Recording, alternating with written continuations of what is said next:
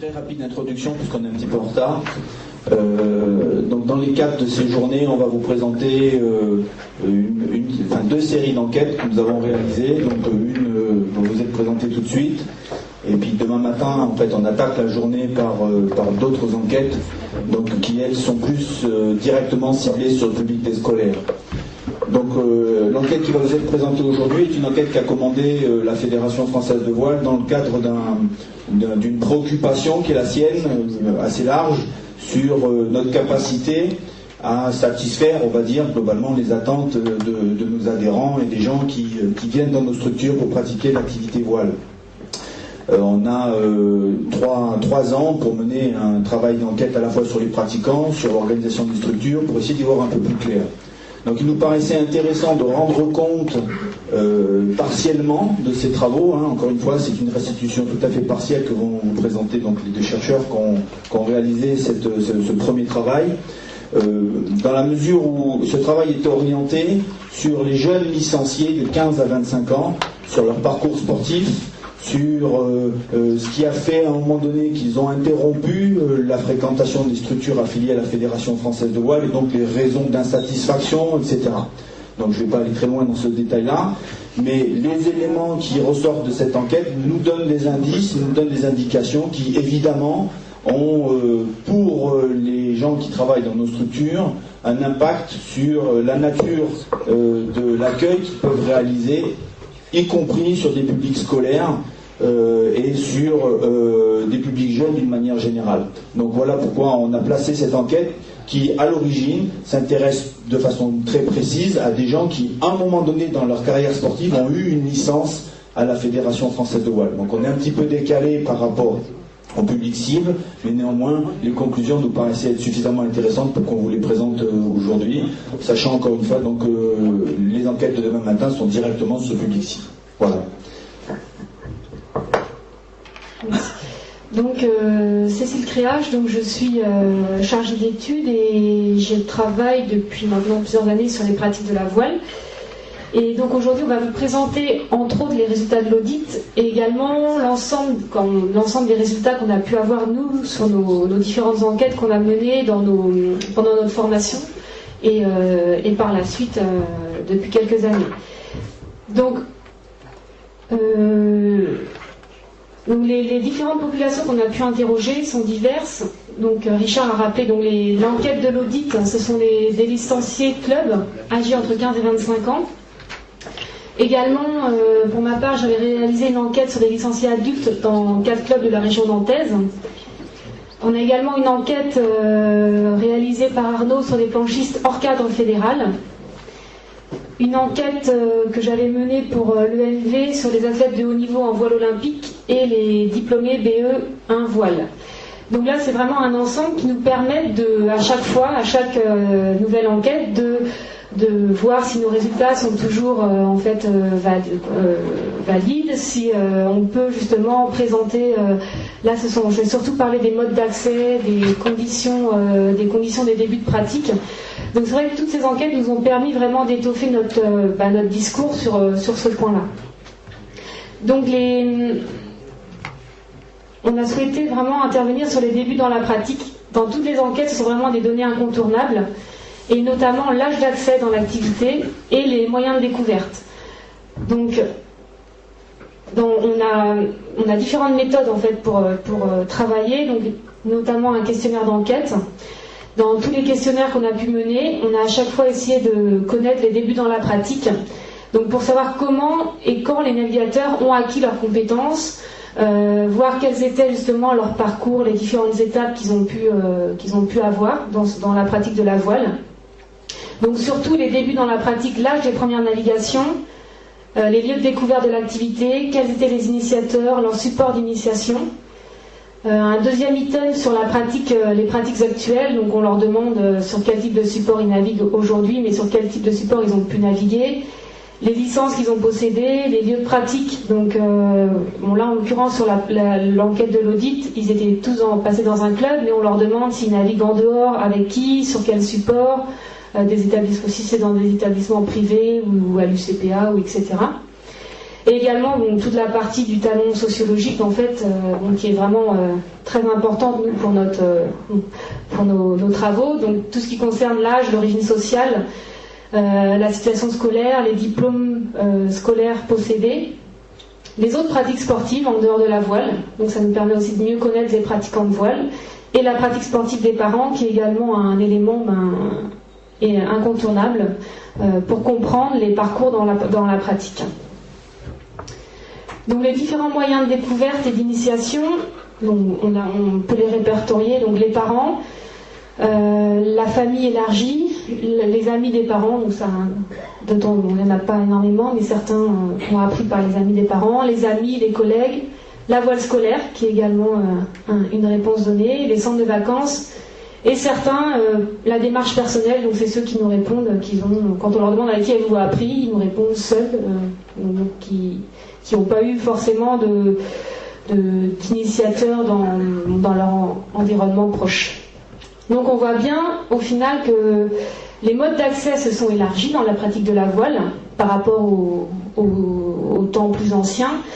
Donc les moyens de découverte sont plus diversifiés, mais néanmoins c'est vrai que la famille et notamment la famille restreinte, donc les parents, reste vraiment le lieu d'apprentissage principal pour les pratiquants, pour les navigateurs. Dans beaucoup de pratiques, on a étudié d'autres pratiques sportives au cours de nos différentes enquêtes, et c'est vrai que souvent, quand on a un père footballeur, c'est sûr qu'on a plus de chances de faire du football qu'autre chose, mais c'est vrai qu'en voile, il y a vraiment une pratique familiale très très forte par rapport à d'autres activités sportives. Et donc sur cette partie des parents, c'est vrai que ça rejoint l'idée un peu je pense que c'est intéressant pour un colloque sur la voile scolaire, l'idée de démocratisation de la pratique. Donc je vous disais, c'est vrai que les modes d'accès se sont élargis, néanmoins on voit bien que ces modes d'accès sont toujours fortement corrélés à l'origine sociale. Donc c'est vrai que si on a un père qui est cadre supérieur ou chef d'entreprise, on a plus de chances de découvrir la voile avec ses parents grâce à l'école. Dans les statistiques, quand on croise, on voit bien que ceux qui découvrent par l'école, ce sont plus souvent des enfants de cadres de classe plutôt moyenne ou de classe populaire. Donc, c'est vrai que ça s'est ouvert au cours du siècle. Néanmoins, il faut quand même on ne peut pas parler de complète démocratisation de la pratique à ce niveau-là. La voile scolaire permet à certains de découvrir l'activité. Il y a également un autre point, c'est vrai qu'on découvre l'activité, après il faut voir qui va rester, dans quelles conditions, si le fait de découvrir une fois, c'est sûr c'est bien, mais après est-ce qu'on va réussir à les fidéliser ou pas. Donc il y a deux profils de pratiquants qui peuvent être intéressants à repérer, c'est les enfants de navigateurs. Donc en fait on les a appelés les héritiers de la voile, comme donc vous avez sans doute entendu parler du livre de Pierre Bourdieu, Les héritiers.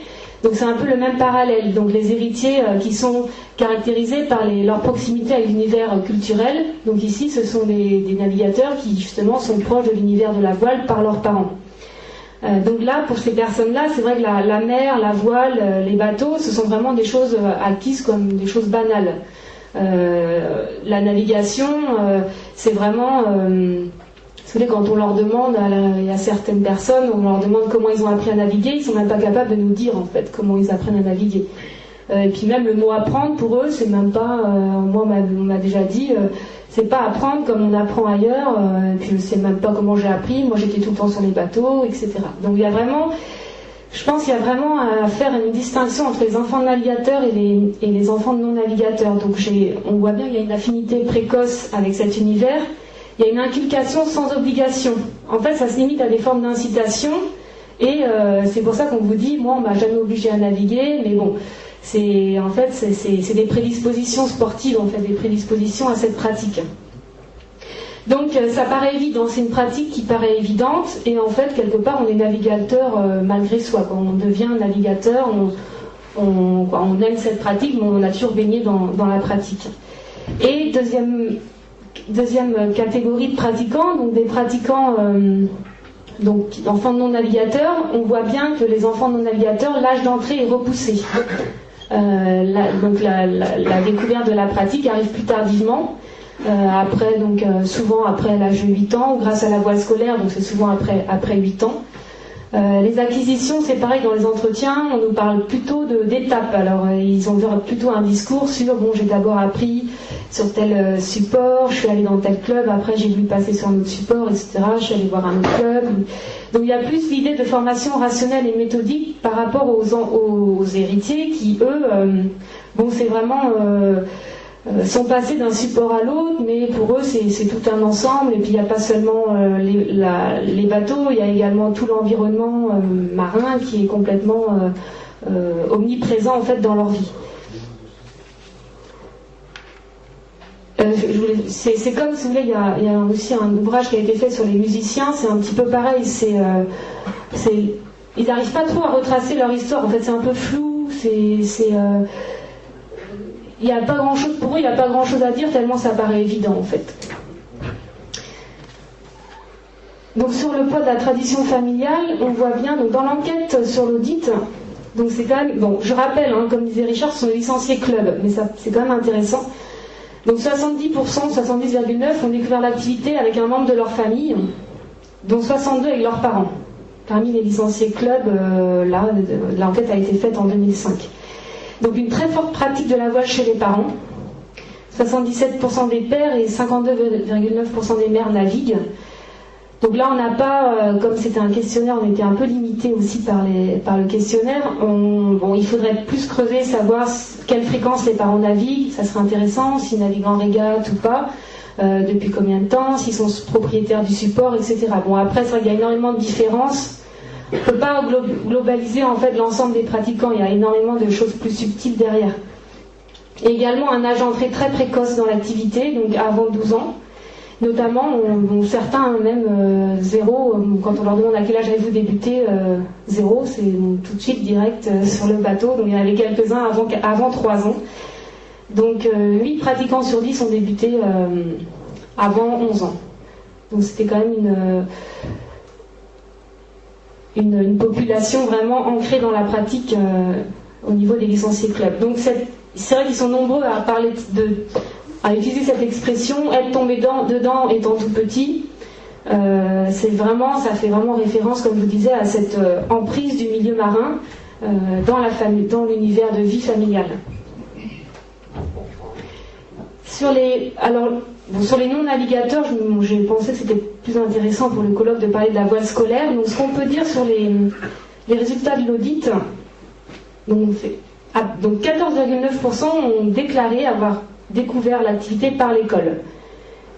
Sur ce point-là, donc c'est vrai que ce chiffre est intéressant et encourageant pour la voile, sachant que c'est assez redondant entre la famille. Certains ont pu répondre, ils ont appris par l'école, mais néanmoins les parents derrière naviguaient. Donc il y a quand même eu une double initiation à la fois par l'école et la famille.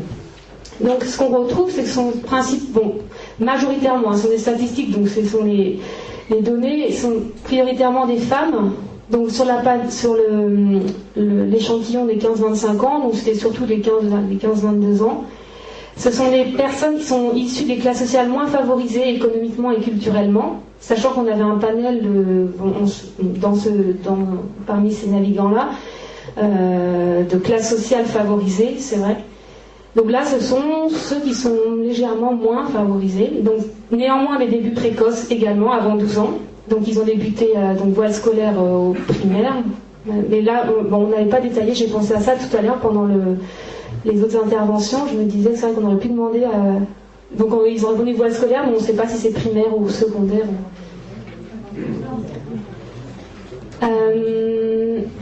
Oui, avant 12 ans, oui, ça avait pris. 86%. Sauf s'ils sont très précoces, évidemment. Donc ce qui est intéressant, c'est de voir justement, ils ont commencé grâce à l'école, mais néanmoins, 50% des pères sont navigateurs. Donc une personne sur deux qui a débuté avec l'école, grâce à l'école, a son père navigateur. Donc c'est quand même un point intéressant. Ce sont également des personnes qui naviguent davantage sur catamaran et planche à voile, alors que les héritiers dont je vous parlais tout à l'heure sont plutôt sur les dériveurs et passent après sur les habitables. Les occasions de naviguer en dehors des clubs sont moins nombreuses, ce qui fait qu'en fait, lorsqu'ils arrêtent d'être licenciés, souvent c'est égal à un arrêt de la pratique, parce que l'environnement est moins propice à la poursuite de la pratique. Donc c'est vrai que la famille sert souvent de relais pour continuer l'activité lorsqu'ils arrêtent de prendre une licence. Donc moi, sur une autre enquête que j'avais pu faire, c'est vrai que la voile scolaire, c'était pareil. Ce qu'on voyait, c'est que ceux qui ont débuté par la voile scolaire et qui continuent, au final, leurs parents étaient fortement investis dans le milieu sportif, donc un capital sportif très élevé, donc pas forcément la voile, mais un autre sport, vraiment un environnement sportif important, des fonctions au sein d'un club sportif, donc des parents investis dans le sport, investis dans les clubs, et investis aussi dans la pratique compétitive.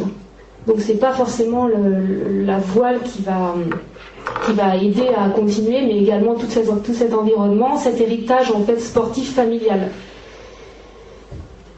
Donc voilà ce qu'on peut dire sur la voile scolaire. C'est vrai qu'on a quelques données, mais comme on ne s'est pas exclusivement centré là-dessus. Donc ce qui est intéressant, c'est de retenir justement que les conditions d'accès vont influencer la suite des parcours. Si on a commencé à 4 ans avec ses parents, on n'aura pas forcément le même parcours que si on a commencé à 14 ans avec l'école ou alors avec un copain. Donc il y a des différences dans le choix des supports, donc je vous en parlais à l'instant. C'est vrai que les héritiers, ceux qui ont des parents navigateurs, qui ont commencé jeunes, arrivent en fait à naviguer sur une multiplicité de supports. En fait, ils ont les capacités, ils ont les compétences pour circuler entre les modalités de pratique, à la fois entre les supports, donc ils vont passer de dériveurs, habitables, planches, etc. Et ils vont à la fois pouvoir naviguer en croisière, en régate, dans différentes modalités de pratique. Donc ça, c'est vraiment un élément intéressant et puis important à soulever. C'est vrai que c'est plus limité ceux qui débutent sur le tard. C'est surtout l'âge d'accès en fait. Quand on débute sur le tard, et au final, on a moins de chances de pouvoir découvrir et circuler. On a moins les compétences, on a moins aussi si vous voulez, les savoir-faire et les savoir-être en fait qui vont nous permettre de circuler. Donc je vous parlais donc des formes de pratique privilégiées. Là, on observe des différences, des types d'engagement également. On sait que donc là, ce sont les résultats de l'audit. Ceux qui vont débuter jeunes ont plus de chances de rester licenciés plus longtemps et de durer dans la pratique. C'est vrai que si on commence plus tardivement, on observe qu'il y a des abandons précoces dans les 5 premières années de licence, par exemple. Si plus on est licencié, si on a 10 ans de licence derrière soi, c'est sûr qu'on a plus de chances de durer dans l'activité. Donc ça permet, si vous voulez, soit même si on prend pas forcément une licence, on prend une licence, mais après on peut naviguer en régate ou pas, parce qu'il y en a certains qui arrêtent de naviguer en régate, mais qui vont continuer à prendre une licence. Donc également dans les degrés d'investissement, bon forcément je vous disais, si on a les occasions de naviguer en dehors des clubs, on navigue de manière plus fréquente et on navigue dès qu'on a l'occasion, donc certains sont prêts à aller sur l'eau. Également dans les supports de navigation, dans les propriétaires, bon là c'est pareil, tout est lié en fait. Plus on a débuté jeune, plus on a de chances d'avoir après d'acheter un bateau, de sortir sur son propre matériel. Plus on débute tard, en fait, ceux qui ont débuté sur le tard, on voit bien qu'il y a moins de propriétaires de bateaux ou de planches parmi les tard venus. Donc les opportunités de naviguer également, les nombres d'années de pratique, donc, pratique à la fois et pratique sous licence, donc l'abandon ou la poursuite de l'activité. Donc ça, je vous disais, à la fois, donc le mode d'accès, on voit bien, en fait, quand on croise mode d'accès et situation, quand on leur demandait, en fait, à l'enquête de l'audit, on leur demandait où ils en étaient dans la pratique, s'ils étaient toujours licenciés, s'ils naviguaient sous licence, s'ils naviguaient sans licence, s'ils avaient arrêté de naviguer. Donc si on croise, en fait, avec l'âge d'accès et les modes d'accès, on voit bien que ceux qui, justement, ont commencé très jeunes sont toujours licenciés. Ceux qui ont commencé tard, il y en a plus qui sont non licenciés ou anciens pratiquants. Et également dans les supports de pratique, les planchistes sont plus souvent aujourd'hui des non licenciés. Il y a plus de non licenciés chez les planchistes ou d'anciens pratiquants. Donc ce sont vraiment des croisements comme ça qui ont permis d'avoir des indications. Donc au final, les plus fidèles aux pratiques de la voile, je vous disais, donc ceux qui ont découvert de manière précoce, sachant qu'il y a une corrélation avec le milieu social. Donc ceux qui ont découvert de manière précoce sont également ceux qui sont issus des milieux les plus favorisés. Donc évidemment, sont ceux qui ont peut-être plus de moyens d'acheter un bateau. Donc, également, ce sont des navigateurs qui ont un goût, qui sont intéressés par les autres pratiques sportives. Je vous disais tout à l'heure, on leur a demandé quels étaient leurs autres sports. Ce sont ceux qui sont les plus investis dans la voile, mais également investis dans d'autres sports. Donc ils sont vraiment intégrés vraiment dans cet environnement. Ils ont un niveau de pratique expérimenté, forcément ils ont débuté très jeunes et ils ont pu, au fil des expériences, avoir un niveau assez haut. Ce sont des régatiers, donc c'est vrai que plus on commence jeune, plus on a de chance, ou de risque, je ne sais pas, de faire de la régate. Plus on a de chance de faire de la régate. C'est vrai que plus on commence aussi jeune, plus on va dans... C'est vrai que quand on rentre dans un club, c'est sûr qu'on a plus de chances de faire de la régate plutôt que de ne pas naviguer ou de naviguer seulement de manière hors régate. Donc les plus fidèles, ce sont également ceux qui peuvent naviguer à d'autres occasions avec les parents ou avec des amis. Donc sur cette question du non-renouvellement de la licence et de l'arrêt de la pratique, donc c'est vrai que c'est pas la même chose. Donc on avait donc certains qui avaient arrêté la licence mais qui continuent de naviguer. Donc c'est vrai que cette population était intéressante aussi pour la fédération. Et certains qui déclaraient au moment de l'enquête avoir complètement arrêté, sachant que souvent il y avait un petit mot en disant dès que je peux, je recommence, ou c'est vrai que c'était un arrêt provisoire. On ne sait pas si c'est un arrêt, forcément on ne peut pas savoir si c'est un arrêt définitif ou pas, mais au moment de l'enquête, ils déclaraient ne plus naviguer. Donc là-dessus, c'est vrai qu'on a pu voir que les risques d'abandon étaient plus élevés, donc on voyait, il y a des abandons précoces. Je vous disais tout à l'heure, dans les 5 premières années de licence, des risques d'abandon plus élevés autour de la 2e et de la 5e année, et des risques d'abandon plus tardifs après 10 ans, 10e et 12e année. Donc c'est vrai qu'il y a différentes raisons de l'arrêt. Donc il y a des raisons souvent qui sont liées à la pratique, et des raisons hors pratique. Bon, le fait de s'éloigner d'un plan de navigation ou de ne pas avoir de temps, etc. Bon, ça c'est des raisons extérieures à la pratique, mais également des raisons liées à la pratique. Principalement, certains s'ennuient dans la pratique, ou d'autres ne veulent plus naviguer en régate, donc ils arrêtent de prendre une licence. Donc c'est vrai que c'est à mettre en lien, sachant que c'est vrai que c'est pas non plus... c'est quand même corrélé, si vous voulez, les deux raisons. Si on n'a pas de temps, on peut dire que je navigue plus parce qu'on n'a pas de temps, mais derrière, en fait, il y aura d'autres raisons qui peuvent être liées à la pratique qui vont expliquer en fait l'arrêt. Donc souvent, les arrêts de prise de licence, ceux qui arrêtent de prendre une licence, naviguent sur les supports de particuliers, je vous le disais tout à l'heure, donc souvent avec les parents ou avec des amis, sur leur propre support ou sur les supports loués. C'est vrai qu'il y avait pas mal de... Il y a beaucoup qui déclarent en fait louer des bateaux désormais pour naviguer et qui ne prennent plus la licence. Et les raisons de prise de licence, donc on avait des questions, on leur a posé plusieurs questions ouvertes, de type ouverte, en leur demandant ce qu'ils recherchaient dans un club, ce que signifiaient pour eux les pratiques de la voile. Donc on voit une corrélation entre cette idée de convivialité et moins l'aspect compétition régate chez ceux qui ne prennent plus de licence ou ceux qui ont arrêté. En revanche, ça paraît aussi évident, c'est vrai que ceux qui sont toujours licenciés évoquent davantage cette idée d'entraînement, de compétition, etc. Donc on peut relever quand même qu'il y a une inadéquation entre les attentes des navigateurs, entre les attentes de certains navigateurs et les pratiques, notamment ceux qui ne souhaitent plus naviguer en régate et qui recherchent en fait d'autres modes de navigation. Et du coup, soit justement ceux qui ont les possibilités de continuer vont naviguer de leur propre côté, soit c'est un arrêt de la pratique. Donc voilà, sur les éléments ce que moi je peux vous apporter sur l'audit.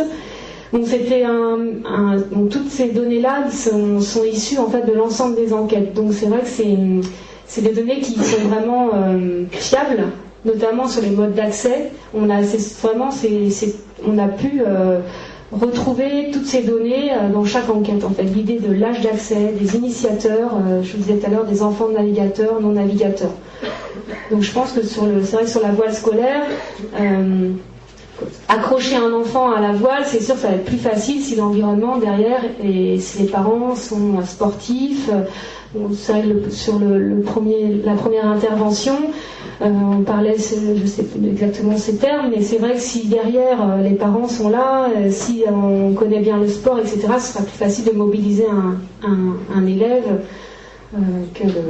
qu'un élève qui est complètement démuni à ce niveau-là, qui n'a pas un habitus sportif, puisqu'il parle aussi d'habitus. Voilà, donc je passe la parole à Arnaud qui va vous parler de trajectoires particulières de navigateurs pour illustrer un petit peu ses propos.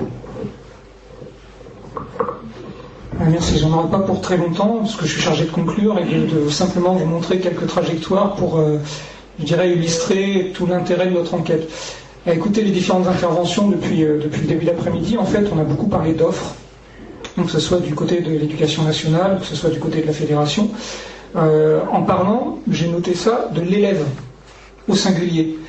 Or, nous, tout ce qu'on souligne dans notre enquête, c'est que finalement, on devrait en parler pour être plutôt rigoureux et pour répondre aux demandes au pluriel des élèves et la différenciation des élèves. Moi, c'est un souci que j'ai de façon récurrente, puisque je suis moi-même enseignant en STAPS, donc la différenciation des élèves. Or, par rapport à notre enquête sur les pratiques de la voile, on a parlé d'héritiers de prétendants, mais on a voulu le souligner, ça ne renvoie pas à des groupes très homogènes et c'est très complexe à saisir dans la différenciation. Moi, j'ai retenu 3 trajectoires de pratiquants qui permettent de noter quand même une chose, c'est que finalement, qu'on ait une conception scolaire ou fédérale de la voile, en termes éducatifs, cette conception-là, elle n'aura un écho que si elle rencontre la même conception chez les élèves, notamment en termes de fidélisation. Alors ça pose quand même quelques questions, notamment en termes d'ajustement de l'offre scolaire ou fédérale aux demandes des élèves ou des étudiants. Par exemple, ce qu'il faut vraiment comprendre, c'est qu'en fait, les pratiquants restent fidèles dans leur investissement dans une pratique sportive, dès lors qu'ils ont acquis des dispositions culturelles et sportives, non pas à l'école, non pas à la fédération, mais dans la famille, en termes de dispositions culturelles et sportives. Ce qui renvoie notamment à des rapports complètement différenciés à la compétition. Ils envisagent la compétition de façon tout à fait différente selon le passif sportif des parents notamment, et des rapports aussi entretenus au club, ce qui intéresse, au-delà des rapports entretenus à l'école, des rapports entretenus au club. Donc là, les 3 trajectoires que j'ai retenues démontrent très simplement que, en fonction de ces dispositions culturelles et sportives acquises dans la famille, non seulement la trajectoire sportive est différente, la perception de la compétition est différente, la perception de ce qu'est la navigation en voile est différente, et la perception de ce qu'est un club est différente. Par exemple, cette navigatrice de 28 ans, qui a un passif plutôt long, elle a commencé à naviguer à l'âge de 13 ans, en étant passée notamment par la voile scolaire, mais pas principalement, c'était annexe par rapport à son activité principale. C'est une véliplanchiste en régate olympique qui a cessé la régate à 25 ans au niveau international, elle navigue aussi en funboard, elle n'a jamais changé de club. Dans son discours, la fidélisation au club est véritablement importante.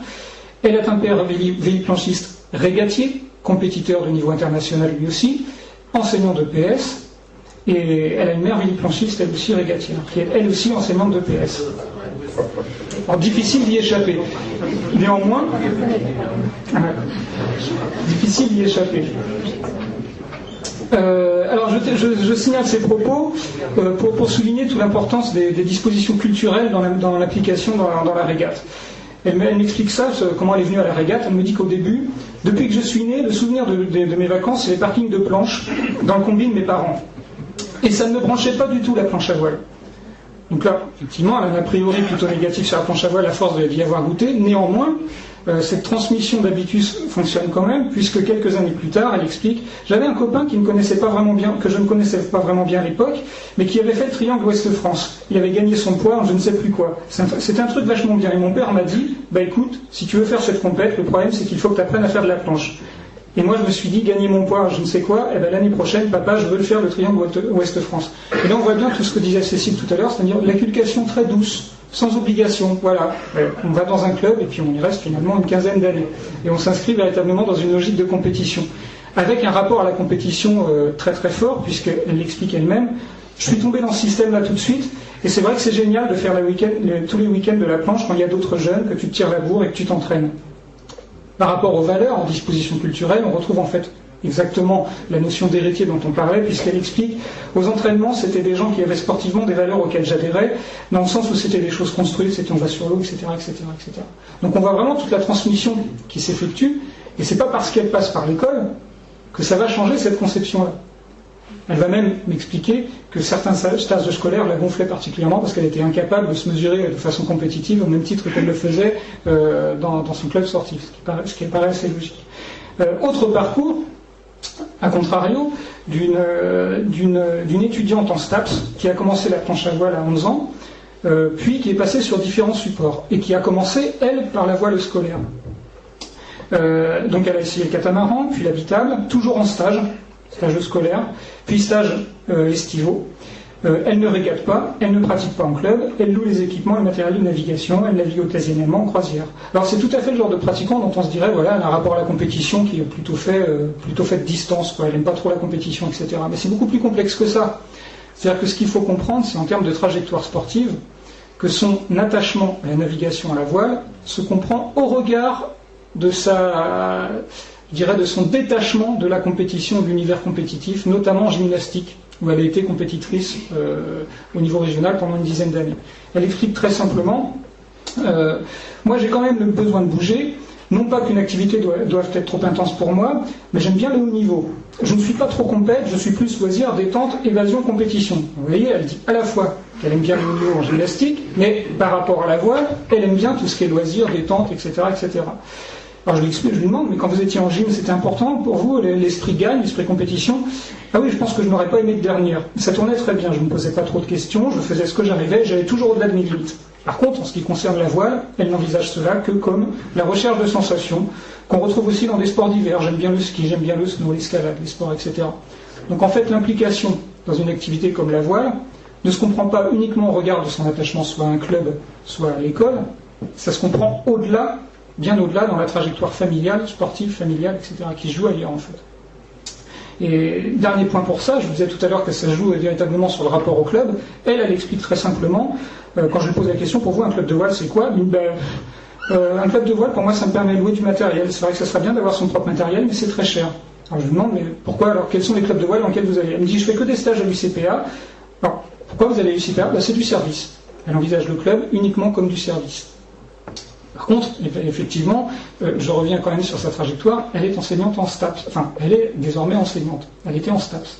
Donc quand même un rapport au sport éducatif qui n'empêche pas et qui n'occulte pas une dimension ludique concernant les activités physiques et sportives. D'où l'importance de ce que je signalais tout à l'heure. On ne va pas parler de l'élève, on va parler des élèves et des demandes différenciées concernant une activité particulière. Dernière trajectoire que je tiens à souligner aussi, quelqu'un qui est passé par quelques stages à l'école, mais ne m'en a quasiment pas parlé, si ce n'est à la fin de l'entretien quand je lui ai demandé est-ce que vous avez fait des stages scolaires en voile, il m'a dit oui, j'en ai fait un ou deux. Mais par contre, un héritier en tant que tel, qu'on pourrait retrouver à la limite comme très fidèle à la compétition en club, mais pas du tout. C'est-à-dire que les dispositions sportives et les dispositions culturelles, le rapport à la compétition, vous le voyez, son père est enseignant d'EPS, se joue en fait sur le rapport à la compétition qu'entretenait son père. Son père n'a jamais fait de compétition. C'est-à-dire qu'il est sur le pôle éducatif. Le sport, c'est uniquement éducatif. Je l'ai entendu tout à l'heure, c'est quand on fait du foot, on n'est plus combattant. Quand on fait de la voile, on est plus, je crois, entendu explorateur ou autre chose. Explorateur. Donc c'est pas aussi simple que ça, finalement, c'est que tout se joue dans la façon dont on perçoit l'activité telle qu'on a envie de l'amener.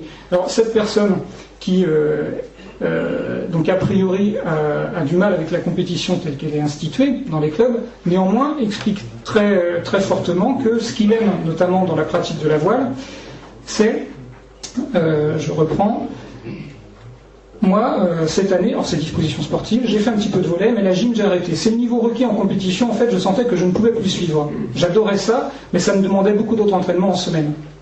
Par contre, là où il s'y retrouve finalement, en termes de reconversion sportive, c'est une activité qui ne lui demande pas d'implication temporelle en termes de temps d'entraînement, etc., etc. Et il dit tout simplement, moi, ce que j'aime dans la planche à voile, il en fait tout seul, en dehors d'un club, c'est le fait de me buter à un sport que je n'arrivais pas à faire.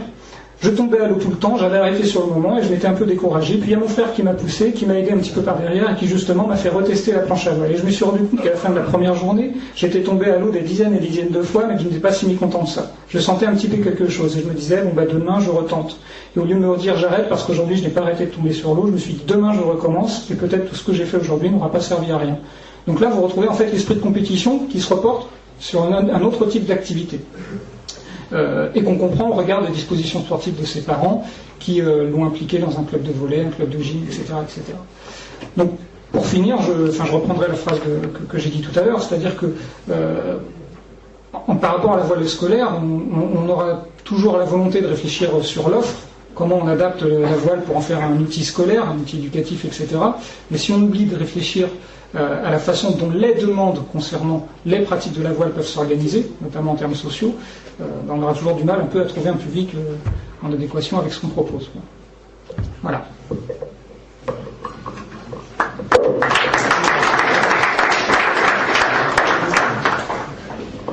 Oui, juste peut-être avant de passer le micro à la salle, pour comment dire, repréciser, donc je l'avais dit en introduction, donc on est bien sur la restitution d'un travail de compréhension en fait de notre cœur de cible au niveau fédéral, c'est pas péjoratif mais c'est fonctionnel, c'est-à-dire le public licencié qui pratique une activité sportive, voire compétitive, mais on pose bien là, effectivement, dans tous les débats qui sont les nôtres en interne, qui ont été évoqués tout à l'heure par l'inspecteur général, à savoir le format de la pratique, est-ce que la régate doit être la seule finalité, est-ce que dans une pratique compétitive ou dans une pratique de confrontation de soi-même aux éléments naturels, etc., etc. Et j'espère que le lien, en tout cas, sera fait mercredi matin avec la présentation de la démarche d'enseignement pour montrer en quoi ces éléments d'enquête donc nous permettent de nous conforter et de conforter les structures sur l'évolution de l'offre de pratique et la diversification des formats de pratique qu'on propose, avec pour l'instant une prédominance forte sur le plan culturel de la pratique compétitive de la voile, mais bon, qui tend à s'estomper et puis qui est en train de changer fortement dans les pratiques, des clubs et dans l'offre de pratique. Mais néanmoins, ça doit se traduire très concrètement, et y compris évidemment à travers l'offre de pratique sur la voile scolaire. Bon voilà, c'était juste un guide de transition et de conclusion. Pascal ? Petite précision aussi, hein, jeudi matin, la thématique de l'école aux associations permettra d'aller un petit peu plus loin sur ces questions du transfert ou de cette question de l'offre, hein, de l'adaptabilité de l'offre des structures clubs et écoles. Pour aller, on s'appuiera donc aussi sur ces données qualitatives et quantitatives. Je vous donne la parole. Peut-être certains ont des questions.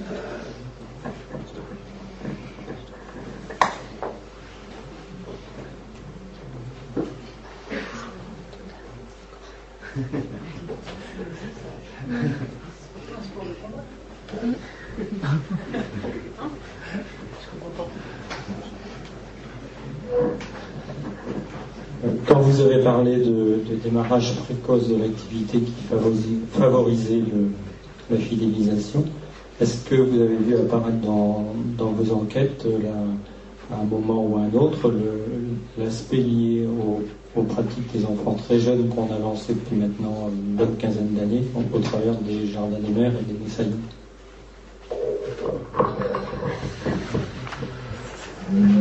Pas vraiment. Non, parce qu'en fait, les questions posées, c'est vrai que je ne peux pas donner d'informations là-dessus. C'est vrai qu'on leur a demandé à quel âge ils ont débuté, on leur a demandé avec qui et où. Bon, après, ils nous ont répondu, donc, par exemple, 5 ans avec mes parents, sur leur bateau, ou alors, j'ai débuté à 5 ans, j'ai découvert avec mes parents, mais j'ai commencé dans un club. Et en fait, si vous voulez, dans les structures, on a des clubs, établissements privés, etc. Mais, alors là, ça serait vraiment, c'est un public vraiment, ouais, peut-être très précis. Ils ne connaissaient pas encore le jardin des C'est ce que j'allais dire. Quelques-uns ont échappé au dispositif dans les 15-25 ans. Oui, mais dans les 15, il y en a qui ont pu un moment maintenant. On date de 90. Voilà. Jardin des Mercure Moussaï. Donc attention aux échanges de premier rang pour ceux du fond. Donc il y avait une question relative à la date du dispositif qui, remontant à 90, ne concernait pas forcément les gens enquêtés. Dans votre enquête, il me semble que vous faites la preuve, chiffre à l'appui, que par l'école, que ce soit le niveau primaire ou secondaire, par l'école, on peut accéder à la pratique voile, y compris pour une fédération sportive. Donc la complémentarité est posée. Pour autant, il faut aussi, en termes de débat, pouvoir dire très simplement que les finalités d'une fédération sportive, quelle qu'elle soit, et les finalités de l'école, si elles peuvent être compatibles sur certains points, ne sont pas du tout les mêmes non plus. Je crois que grâce à l'école, on peut accéder à la pratique. Je parlais tout à l'heure du développement. Ça se joue aussi comme ça. Ça peut se traduire par de l'activité sportive, compétitive. Donc l'école, ça montre qu'elle n'est pas du tout fermée à la pratique sportive, que les compétences des uns et des autres peuvent être reconnues, même si, je le redis, les finalités ne peuvent pas être posées du tout de la même manière. Mais la preuve est donnée là, je crois, et votre démonstration est tout à fait intéressante. En fait, ce qu'il faut aussi souligner, c'est que les meilleurs compétiteurs qu'on a identifiés en termes de pratique de la voile sont aussi des gens qui attachent une énorme importance à l'école. C'est-à-dire que c'est pas du tout incompatible, y compris de leur point de vue. Au contraire. Avoir de très bons résultats scolaires, dans les discours, y compris des parents, c'est nécessaire pour avoir des très bons résultats en voile. C'est indissociable chez les pratiquants et chez les parents. Et il y a même des débats récurrents sur comment est-ce qu'on fait pour continuer à faire des études quand on veut faire des études de médecine, je l'ai eu dans un entretien, alors qu'il n'y a plus de support proposé pour des gens de 22-23 ans qui voudraient continuer la compétition, mais à un niveau moindre que ce qu'il leur a proposé. C'est-à-dire qu'il y a vraiment ces deux finalités qui se chevauchent et qui sont importantes chez les pratiquants.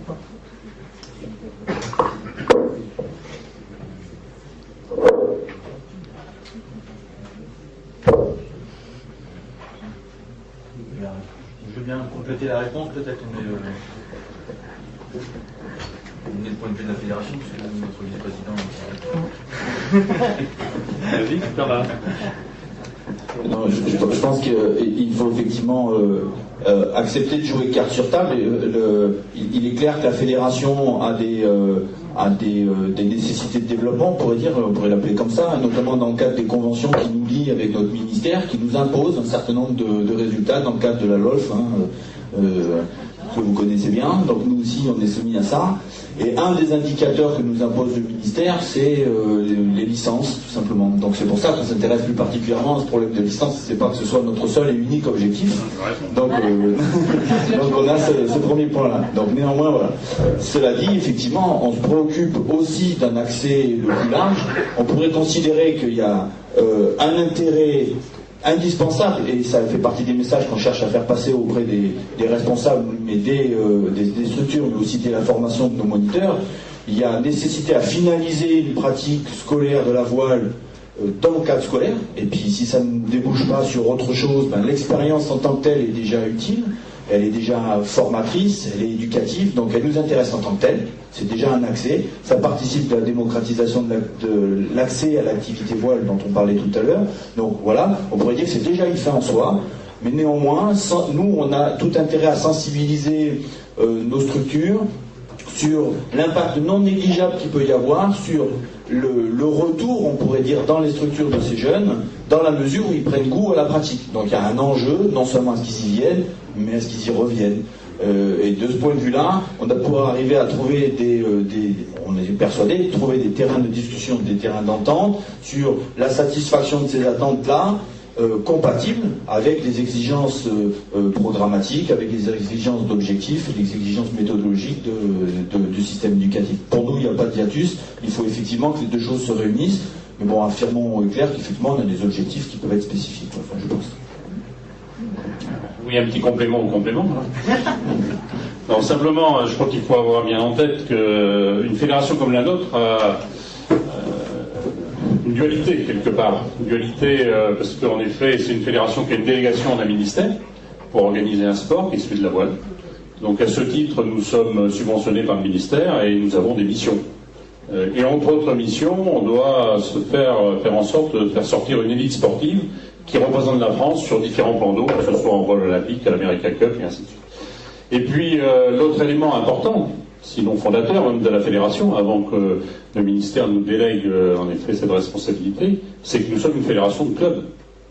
Donc, il y a 1100 clubs dans la fédération, et la fédération se doit de les représenter dans leur diversité. Et ces clubs, qu'est-ce qu'ils organisent? En effet, de la compétition, pour certains. D'autres, ce sera uniquement de la voile à l'école. D'autres, ça va être l'activité touristique. D'autres vont faire un peu de tout pour accueillir des publics de loisirs, de sportifs, d'éducatifs. Et tout ça, c'est en effet des problèmes qui se posent pour le développement de ces pratiques, qui se posent à chacun de nos clubs, et nos clubs ont tout à fait le droit de choisir leur activité. Donc ils couvrent l'ensemble du champ de la pratique de la voile, où ils n'en couvrent qu'un seul, c'est tout à fait leur droit. Par contre, nous, fédérations, nous devons répondre à l'ensemble des problématiques de l'ensemble de nos clubs. Donc c'est pour ça qu'on a investi véritablement dans le souci de faire en sorte qu'il y ait une élite sportive qui en présente, et on en a besoin. C'est vrai qu'aujourd'hui, on parle beaucoup de la voile ces dernières semaines, parce qu'il y a une grande compétition, et tout ça a une nature à développer la pratique et le nombre de pratiquants, mais à côté de ça, au quotidien, notre fédération se doit de faire en sorte que dans chacun des domaines, qu'ils soient éducatifs, sportifs ou touristique et de loisirs, la fédération vient aider ces clubs. C'est dans ce cadre-là que nous avons une mission en effet nettement plus large.